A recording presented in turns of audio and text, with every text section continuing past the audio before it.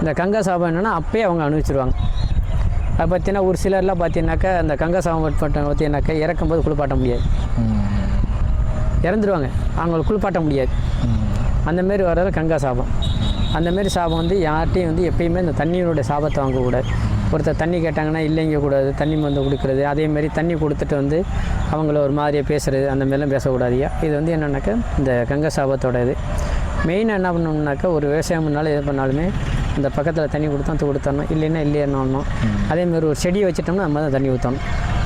ஒரு செடி வச்சுட்டோம்னா வைக்கக்கூடாது, வச்சிட்டோம்னா நம்ம தண்ணி அதை பராமரிக்கணும்.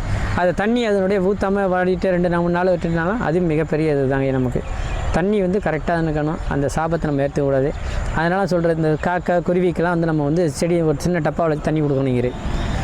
ஏதோ ஒரு மிருகத்துக்கு இல்லைனாக்கா ஆடு மாடு வச்சுருக்கோன்னா அங்கே கொண்டு தண்ணி ஊற்றி வைக்கணும். அதேமாரி செடி இந்த பார்த்தீங்கன்னா கொண்டு தண்ணி ஊற்றலாம். காக்கா குருவி இதுகளுக்கு வந்து ஒரு சின்ன